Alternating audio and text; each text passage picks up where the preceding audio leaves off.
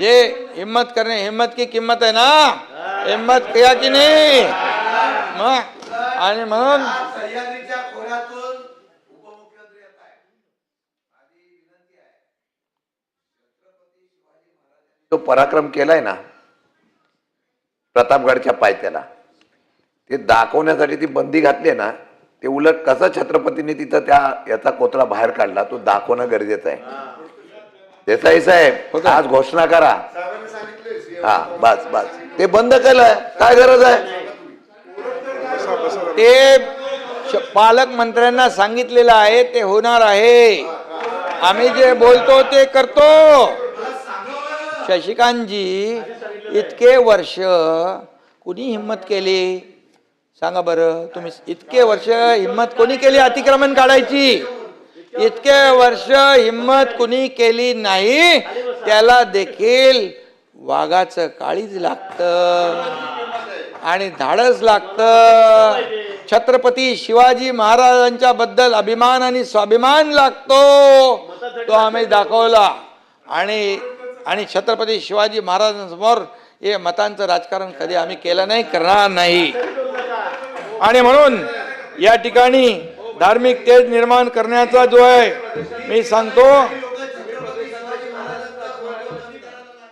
आणि सभापती महोदय 34 पर आता मी बघा ऐकून घ्या.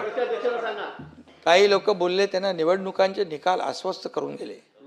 आता तुम्ही तिथं मी नेहमी सांगतो, माझ्यावर टीका करण्यापेक्षा सरकारवर टीका करण्यापेक्षा आत्मपरीक्षण करा, आत्मचिंतन करा, लोकांमध्ये जा, लोकांची कामं करा, बांधावर जा, शेतकऱ्यांना भेटा, त्यांची डोळ्यात ते अश्रू पुसा.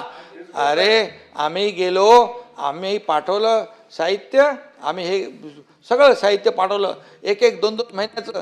बोले अरे याच्या अरे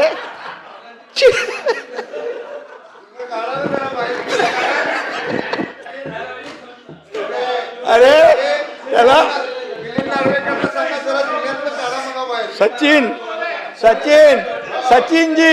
सचिनजी किती असलं ना तरी देण्याची दानत लागते. किती असलं तरी देण्याची दानत लागते.